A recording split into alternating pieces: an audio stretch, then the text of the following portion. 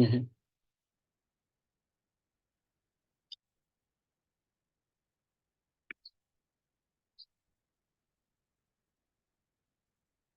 एक बार गौरांग प्रभु को किसी ने पूछा कि प्रभु जी,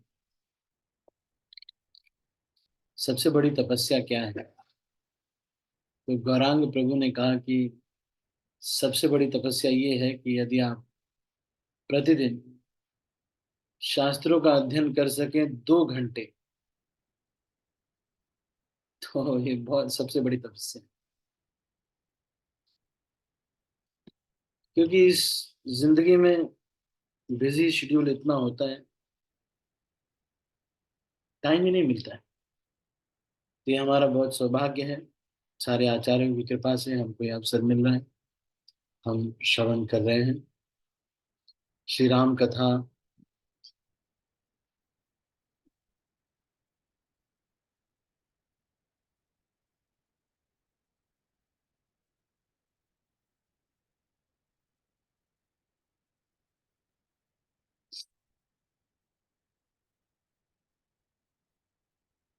कर रहे हैं हम। आप सभी भक्त प्रतिदिन इसमें आ रहे हैं, ये बहुत अच्छा है।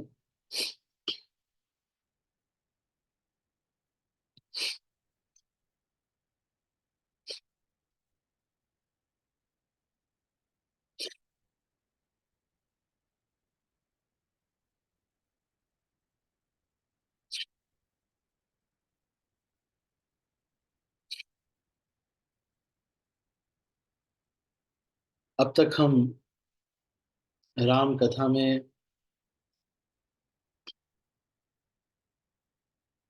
ये श्रवण कर चुके हैं कि किस तरह से भरत जी से भगवान राम का मिलाप हो रहा है। भगवान राम के आश्रम में भरत जी पहुंच रहे हैं।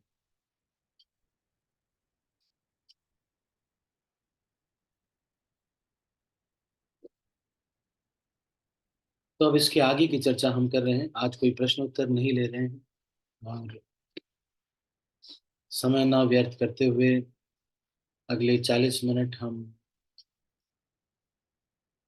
कथा को सुनेंगे।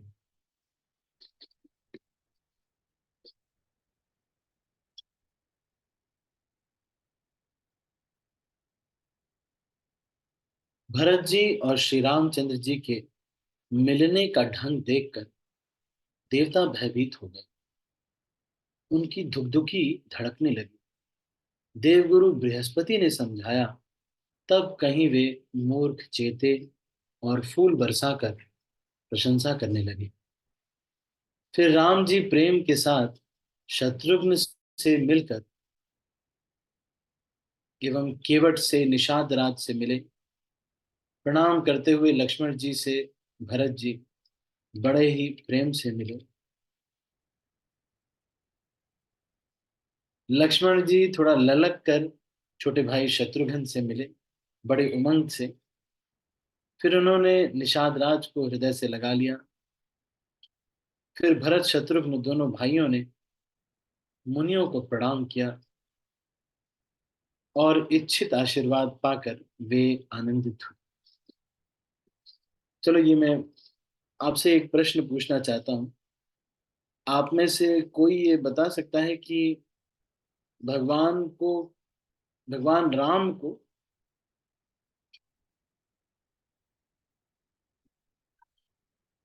का एक नाम डैश पुरुषोत्तम है? तो ये आप बता सकते हैं कौन से पुरुषोत्तम है? भगवान राम कौन से पुरुषोत्तम कहे जाते हैं? म्यूट अनम्यूट करके नहीं बताना है, हैंड रेज करके बताना। हरे कृष्णा प्रभु जी। मुझे पता है बहुत सारे लोगों को पता है, लेकिन हैंड रेज करके बताना है।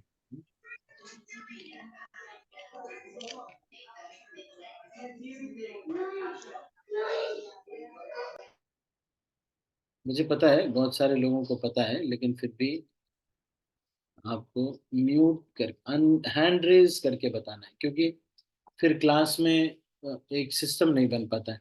और मुझे पता है बहुत सारे लोग बहुत सीनियर भक्त हैं, इसलिए उनसे पूछने में थोड़ा हमको उन और भक्तों को भी हमको वो करना चाहिए, है ना? नहीं आ, जो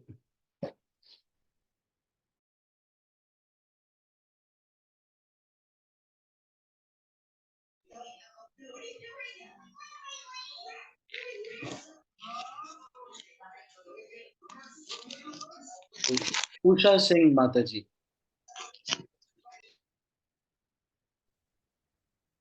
हरे कृष्णा प्रभु, दंडवत प्रणाम।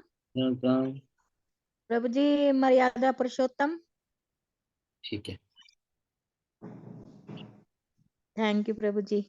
हरे कृष्णा प्रभु, दंडवत प्रणाम। so much। अच्छा, भगवान कृष्ण को क्या कहा जाता है? भगवान कृष्ण कौन से पुरुषोत्तम कहे जाते हैं? जिन लोगों ने कृष्णा बुक पढ़ी है, भगवान कृष्ण को भी पुरुषोत्तम कहा जाता है। कौन से पुरुषोत्तम कहा जाता है भगवान कृष्ण को?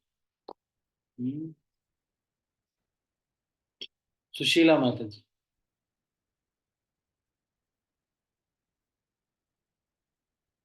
सुशीला माता जी, भगवान कृष्ण को कौन सा पुरुषोत्तम कहा जाता है? आपका अनम्यूट नहीं हो रहा है। हरे कृष्णा प्रभु, दंडवत प्रणाम। प्रभु जी, ये नहीं मेरे को पता, पिछले वाला पता था।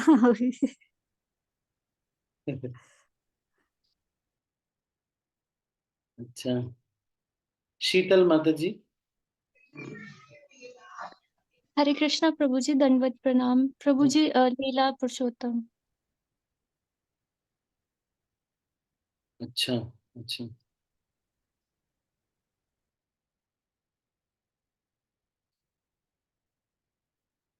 अच्छा, चैतन्य महाप्रभु को क्या कहा जाता है? मैं सबके हाथ नीचे कर रहा हूँ। चैतन्य महाप्रभु को कौन सा पुरुषोत्तम कहा जाता है?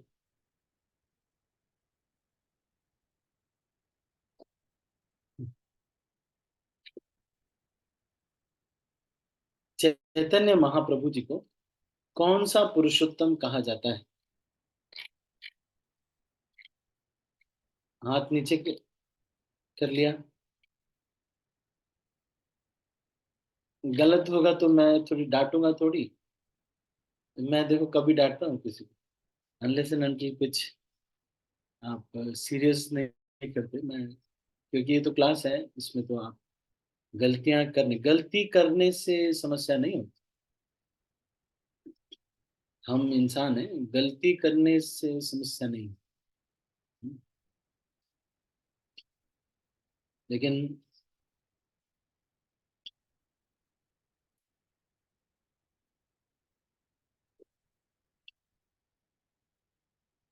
सबके साथ चीटिंग करो, लेकिन केवल एक व्यक्ति के साथ नहीं, तो तब भी चलता है। राजू प्रभु। हरे कृष्णा प्रभु जी, मेरा गलत भी हो सकता है प्रभु जी। महावतन ने अवतार। ठीक है। कविता माता जी, आपका क्या विचार है? हरे कृष्ण प्रभु जी, दंडवत प्रणाम। प्रभु जी, गलत हो सकती हूँ मैं, पर प्रेम पुरुषोत्तम। हरी तो अच्छा। ज्योति माता जी, आपका क्या विचार है? हरे कृष्ण प्रभु, दंडवत प्रणाम। मैं भी रॉन्ग हो सकती हूँ, पर युग पुरुषोत्तम। युग पुरुषोत्तम। अच्छा, और कोई ट्राई करेगा?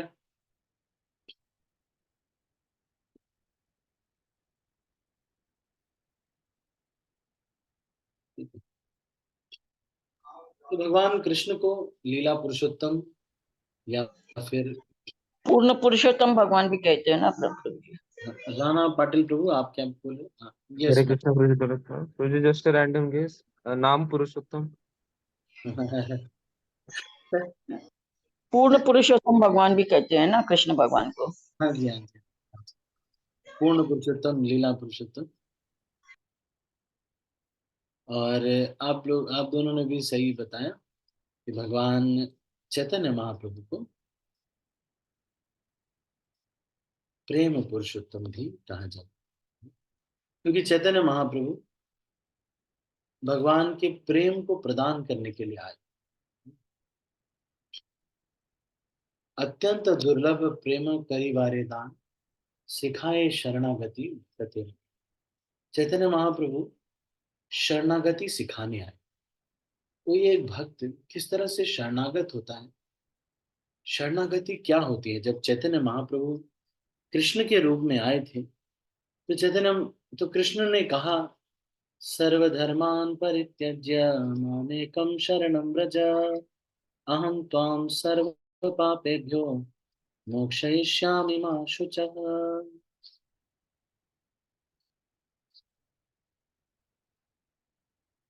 एक भगवान के विग्रह हैं, वरदराज।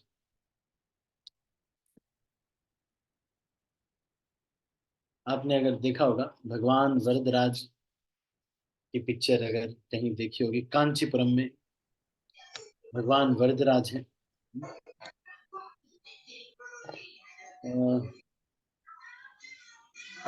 एग्जैक्ट आप इनके हाथ पे देखेंगे अगर, तो इनके हाथ पे लिखा हुआ है, डरो मत।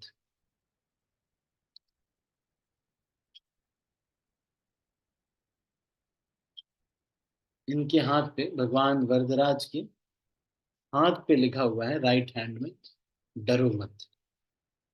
आप देखिए, मैं आपको ये शेयर कर रहा हूँ, आप ये स्क्रीन पे अपने देख सकते हैं।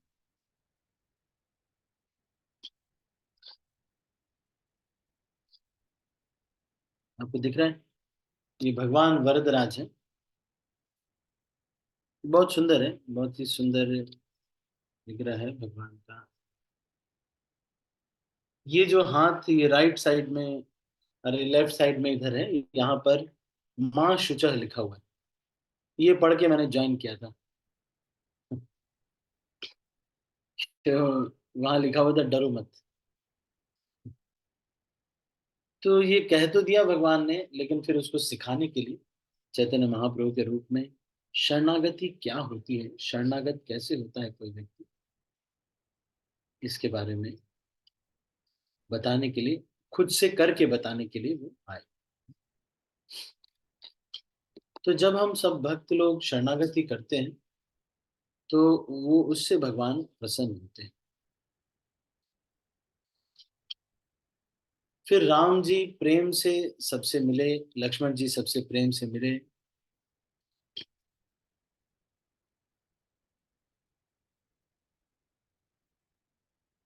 छोटे भाई शत्रुघ्न सहित भरत जी प्रेम में उमंग कर सीता जी के चरण कमलों की रज सिर पर धारण कर बार बार प्रणाम करने लगे। अच्छा, आप सबको ये थोड़ा पता होना चाहिए वैसे। जैसे ये रिश्ते होते हैं, तो घर में जो भाई होता है, बड़ा भाई, उसको किस दृष्टि से देखा जाता है? शास्त्र कहता है कि उसको पिताजी की दृष्टि से देखना चाहिए। उस तरह से जो भाभी है, उसको अपनी ही माता की दृष्टि से देखना चाहिए। आजकल के सिनेरियो में अलग ये मानते हैं, लेकिन ये इस तरह से देखना चाहिए।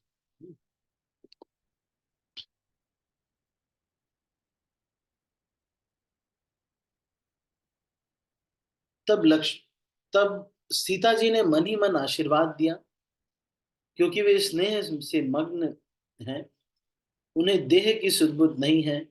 सीता जी को सब प्रकार से अनुकूल देखकर भरत जी सुखी हो गए, और उनके हृदय में जो भय था वो चला गया।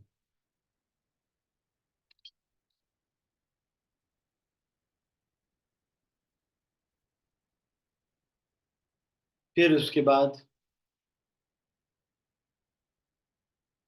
निषाद राज ने इंट्रोडक्शन शुरू किया, और उन्होंने कहा कि सब, हे राम जी, सब लोग आपके विरह से व्याकुल होकर के यहाँ पर आए हैं। अब राम जी भाग करके सबसे पहले गुरु जी के दर्शन करके उनको प्रणाम करने के लिए गए। फिर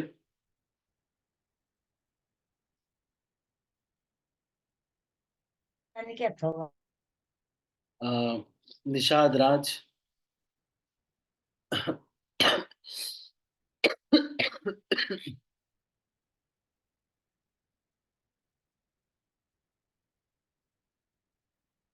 तो सब एक दूसरे से मिल रहे हैं। अब गुरु जी को मिलने के बाद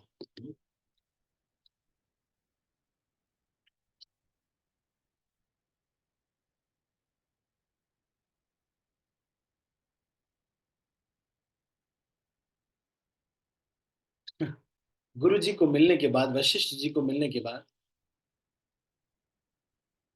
फिर लक्ष्मण जी सबसे मिले,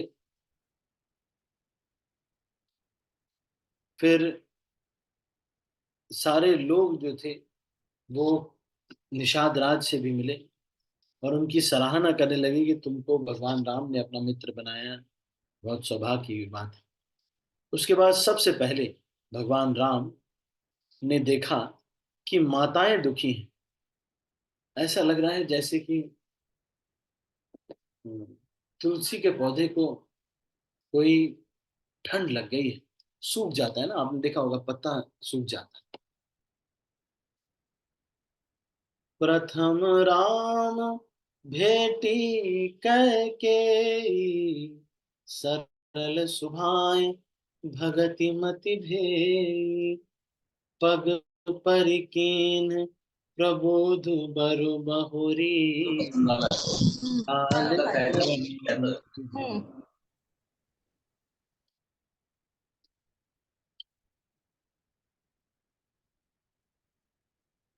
सॉरी, सबसे पहले भगवान राम कैकेयी से जाके मिले, माताओं।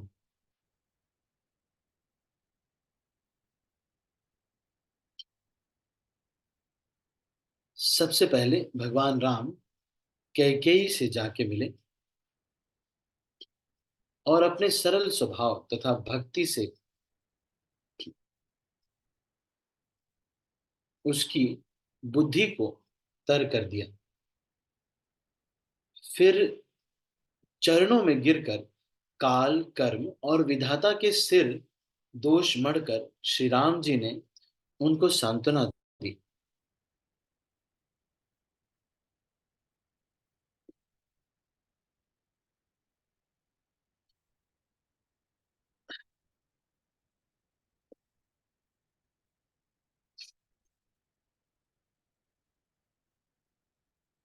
फिर रघुनाथ जी सब माताओं से मिले, उन्होंने सबको समझा बुझाकर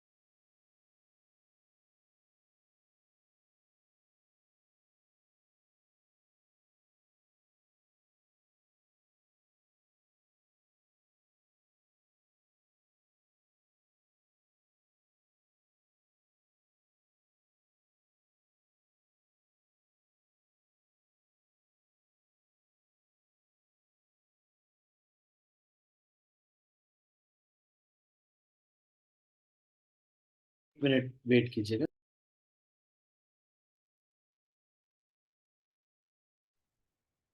सबसे पहले राम जी कैकेयी से मिले, अपने सरल स्वभाव तथा भक्ति से उसकी बुद्धि को तर कर दिया।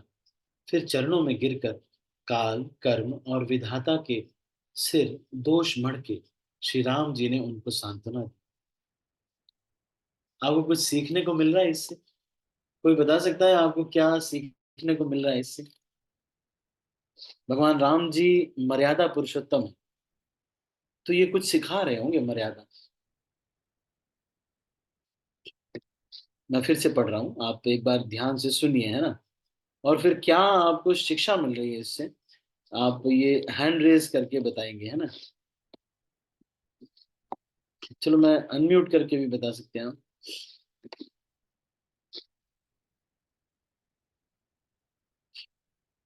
मैं फिर से पढ़ रहा हूँ। सबसे पहले राम जी कैकेयी से मिले और अपने सरल स्वभाव तथा भक्ति से उसकी बुद्धि को तर कर दिया। फिर चरणों में गिरकर काल, कर्म और विधाता के सिर दोष मढ़कर श्री राम जी ने उनको सांत्वना दी। तो इससे आपको क्या शिक्षा मिलती है? कोई नहीं बता सकते?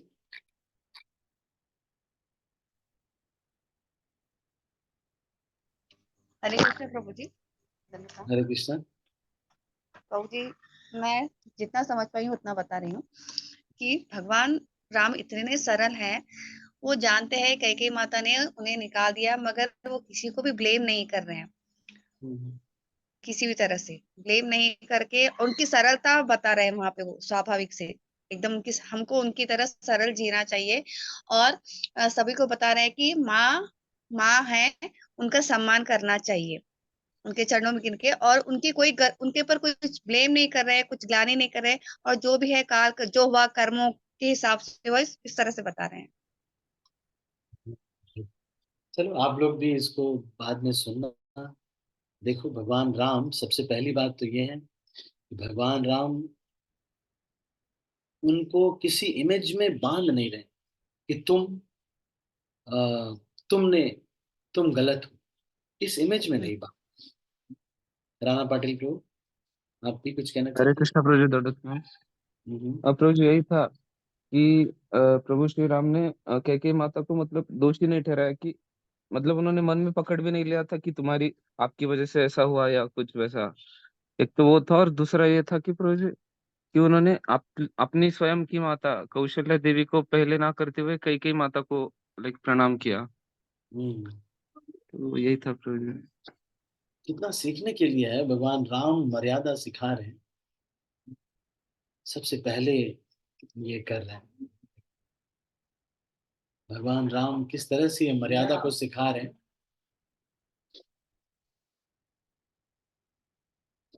ठीक है, आप इसको खुद सोचिएगा, क्या सीखा आपने ना। फिर रघुनाथ जी सब माताओं से मिले, सबको समझा बुझाकर संतोष कराया, और कि हे माता, जगत ईश्वर के अधीन है, किसी को भी दोष नहीं देना चाहिए।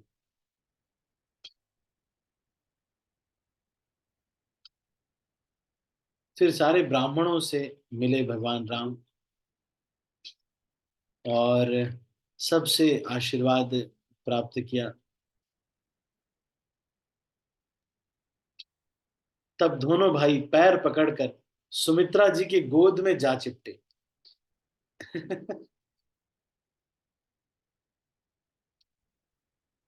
फिर दोनों भाई माता कौशल्या जी के चरणों में गिर पड़े।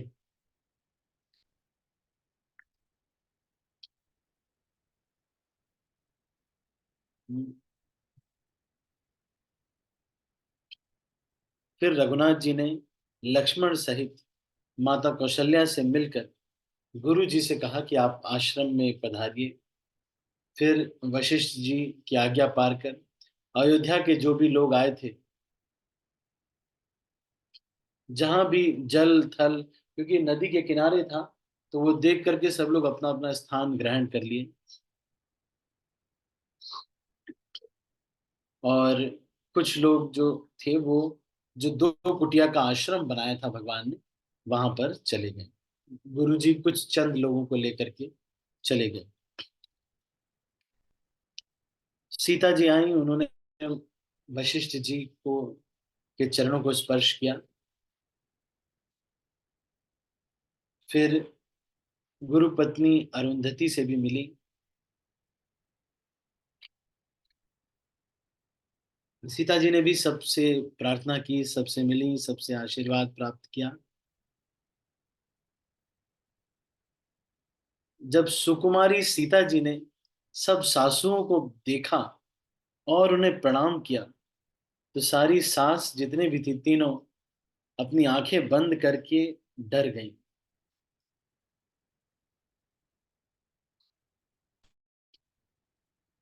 उनको लगा कि सीता के साथ हमने कितना अन्याय किया है।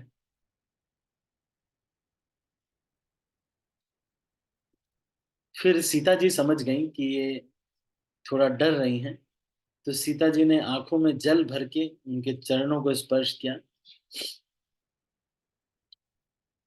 और ऐसा लग रहा था कि जैसे धरती माँ, बहुत करुणा है उनके अंदर, वैसे ही सीता मैया सबसे मिल रही थी। गुरु जी ने सबको बैठाकर कुछ परमार्थ की कथाएं कही। फिर उसके बाद वशिष्ठ जी ने ये बताया कि राजा दशरथ का स्वर्ग गमन हो गया है, और भगवान राम बहुत दुखी हो गए इसकी वजह से। सब लोग विलाप करने लगे। तुरंत ही भगवान राम ने निर्जल व्रत किया। उस दिन व्रत करके स्नान इत्यादि किया, और वशिष्ठ जी के ही कहने पर किसी और ने भी उस दिन कुछ अन्न जल ग्रहण नहीं किया। दूसरे दिन वशिष्ठ जी ने रघुनाथ जी को कुछ कुछ आज्ञा दी, श्रद्धा भक्ति सहित कुछ कार्य करने के लिए बोला, वो उन्होंने किया। पिता की क्रिया करके रामचंद्र जी जब शुद्ध हुए,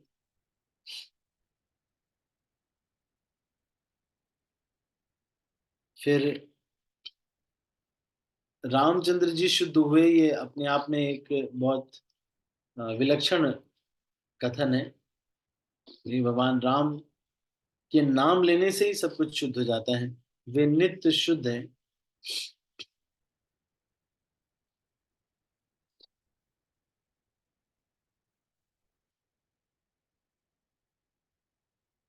ये सब लोग बहुत दुखी थे, और फिर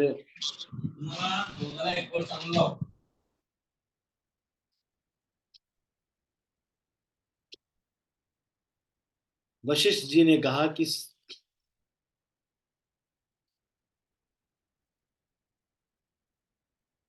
अब राम जी ने सबसे पहले बोला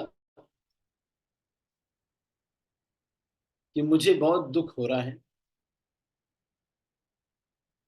और सबको देखकर मुझे बहुत कष्ट हो रहा है, इसलिए आप लोग सब लोग अब अयोध्या लौट जाइए। मैं अब सब लोग मिल लिए,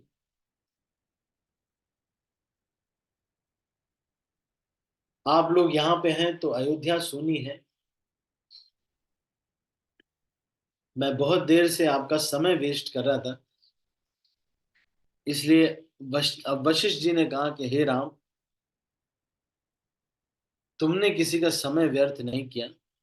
हम तो तुम्हारा 2 दिन तक दर्शन करके शांति लाभ करने के लिए आ गए।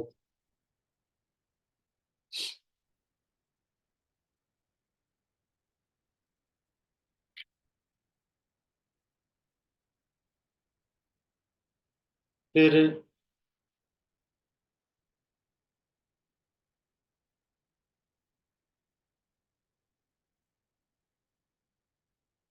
प्रेम में मग्न हुए वे कोमल वाणी से कहते हैं कि साधु लोग प्रेम को पहचान कर उसका सम्मान करते हैं।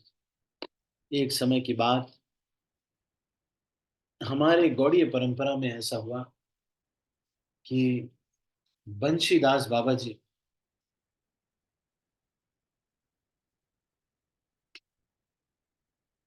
थोड़ा हुक्का पीते थे,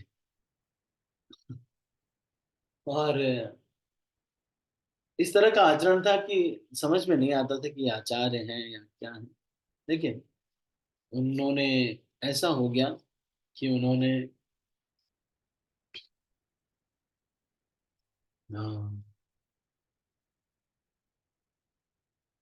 सुबह ही निकल जाते भिक्षा करके, जो भी मिलता दोपहर में लेके आते, उसको बनाते, संध्या काल हो जाती, भोग लगाते और फिर वही खा लेते। भक्ति सिद्धांत सरस्वती ठाकुर ने देखा इस तरह से ये रहते हैं, तो भक्ति सिद्धांत सरस्वती ठाकुर ने एक ब्रह्मचारी की सेवा लगा दी कि प्रतिदिन सब लोगों को उनसे मिलने की इजाजत नहीं थी, क्योंकि उनका आचरण, कभी तिलक नहीं लगाते थे, कभी ऐसे ही रहते थे। लेकिन चैतन्य महाप्रभु के बहुत प्रेमी थे।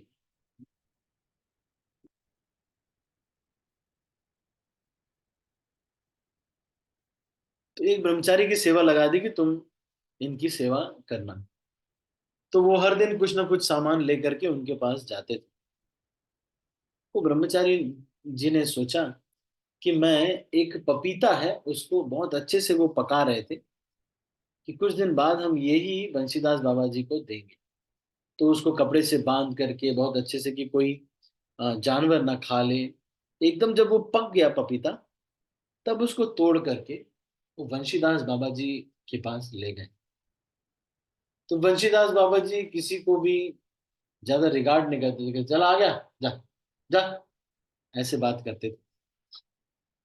इसलिए उनके आचरण समझ में नहीं आ रहा था।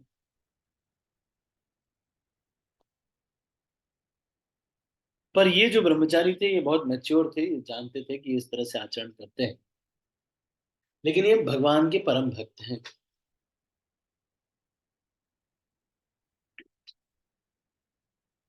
तो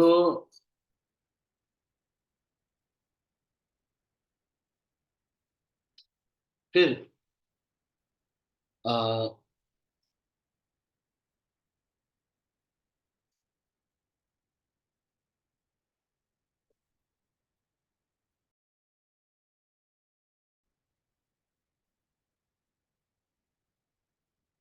तो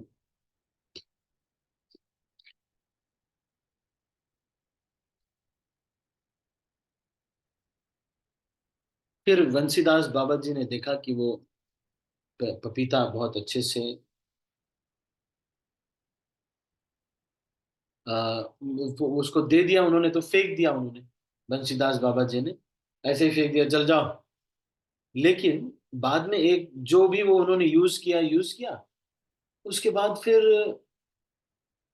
वो पपीता यूज नहीं किया। तो जो भी बच जाता वो कल के लिए नहीं रखते, वो उसको फेंक देते, गाय खा लेती।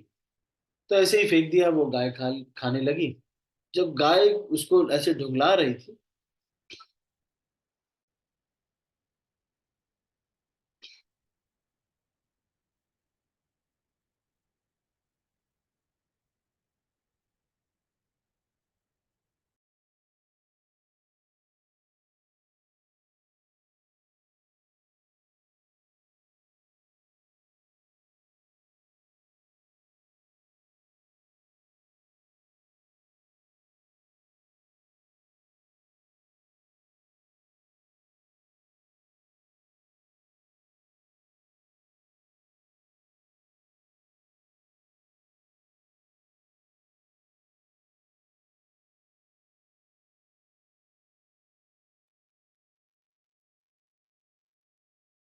तो फिर उसके बाद वो देख रहे थे कि वो पपीता जो है वो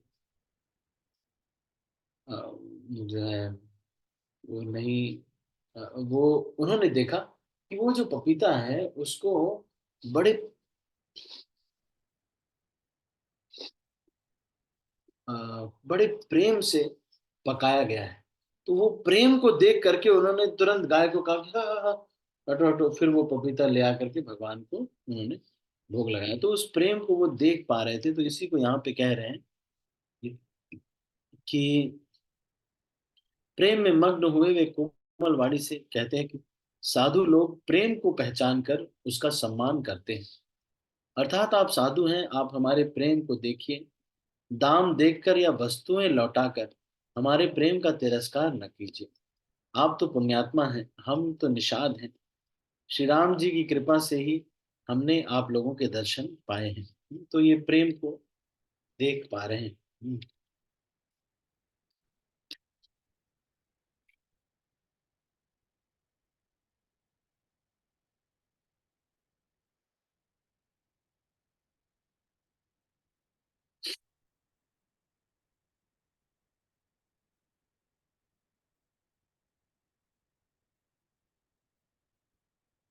तो इस तरह से भगवान राम अयोध्यापुरी के पुरुष और स्त्री सभी प्रेम में अत्यंत मग्न थे। सीता जी समेत भगवान राम और दोनों के सरल भाव देखकर कुटिल रानी कैकेयी बहुत पछता रही थी।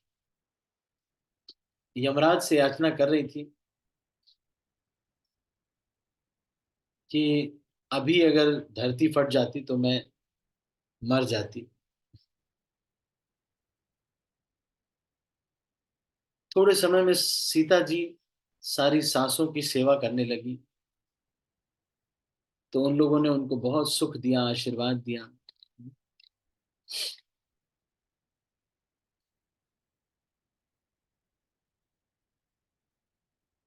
अब सारे लोग ये सोच रहे थे कि राम जी जाएंगे कि नहीं अयोध्या। नहीं।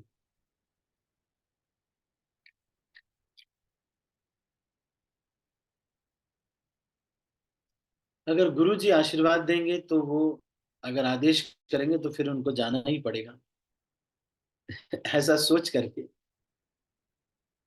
भगवान राम भी, अगर कौशल्या माता भी कह देंगी तब भी भगवान राम हो सकता है लौट जाए। लेकिन मेरी बात तो कौन मानेगा। भरत जी ऐसे सोच रहे थे, आजकल मेरे दिन अच्छे नहीं चल रहे हैं, अगर मैं जिद भी करूंगा तो भी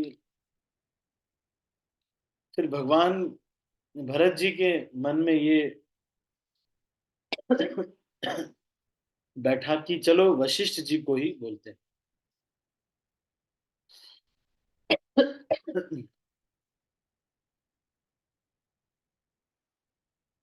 वहां जाकर के वो बैठे ही थे, तो उन्होंने कहा कि क्योंकि राम जी तत्व के ज्ञाता हैं, धर्म धुरंधर हैं, इसलिए जो भी वो आदेश करें उसको सबको मानना चाहिए।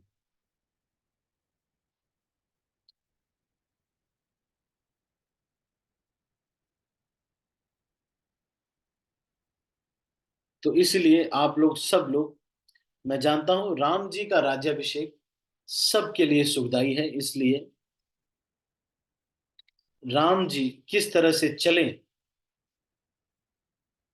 अयोध्या, आप लोग सब लोग बताइए। तो फिर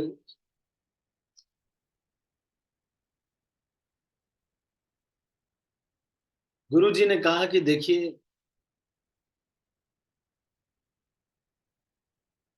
भरत का प्रेम बहुत अधिक है, इसलिए प्रेम जीतना चाहिए, इसलिए राम जी को चलना चाहिए। लेकिन राम जी ये कहते हैं कि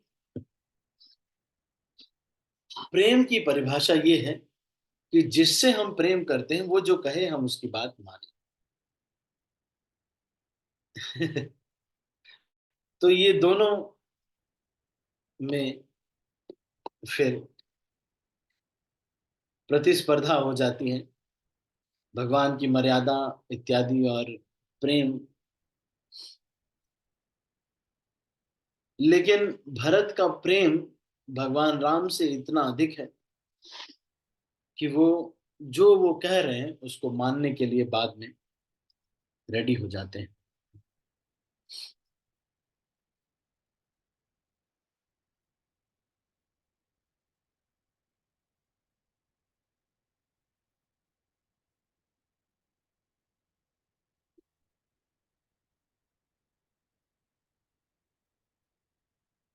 इसलिए आप ये भी कर सकते हैं कि भगवान पद आ गए।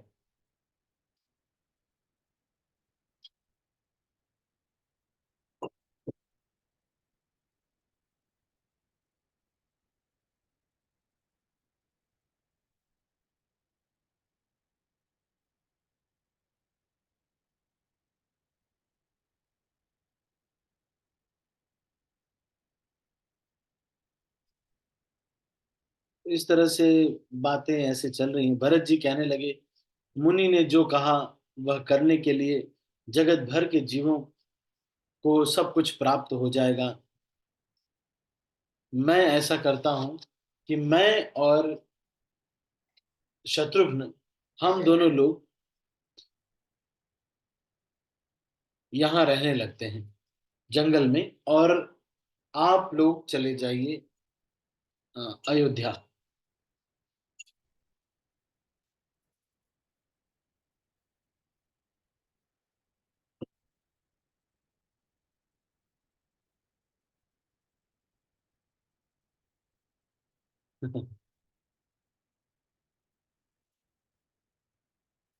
इस तरह से भरत जी की बड़ाई और कौन करेगा।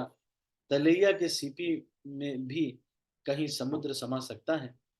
मुनि वशिष्ठ जी के अंतरात्मा को भरत जी बहुत अच्छे लगे और वे समाज सहित श्री राम जी के पास आए। प्रभु श्री राम जी ने प्रणाम करके उत्तम आसन दिया।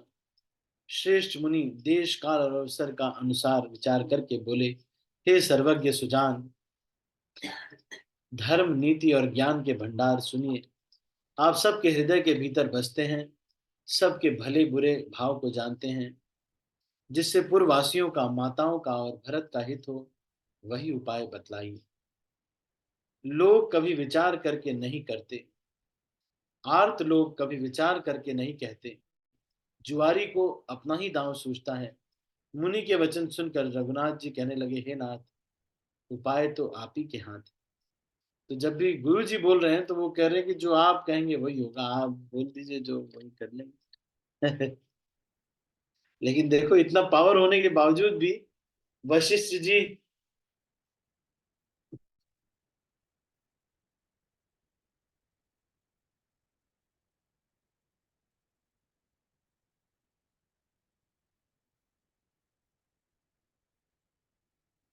वशिष्ठ जी जो है कुछ कह नहीं रहे।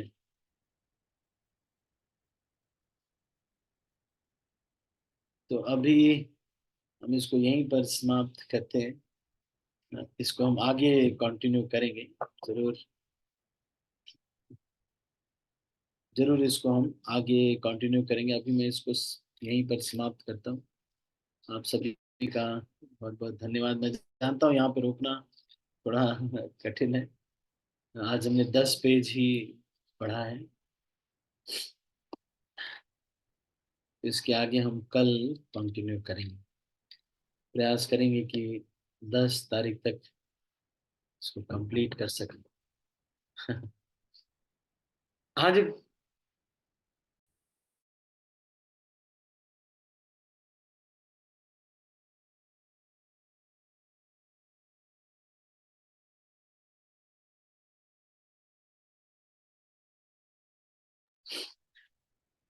ठीक है, तो अभी हम इसको यहीं पर समाप्त करते हैं। मैं जानता हूँ कि मन में प्रश्न होंगे, बट लोग कुछ कहना भी चाहते होंगे, तो फिर मैं अभी इसको यहीं पर समाप्त करता हूँ। एक्चुअली मेरे फादर को देखने के लिए बहुत सारे लोग आ रहे हैं, तो इसलिए थोड़ा अभी इसको यहीं पर क्लोज करते हैं। I am sorry. आप सब भक्तों का बहुत बहुत धन्यवाद शाम को आने के लिए। इसको हम आगे कल कंटिन्यू करें। श्रील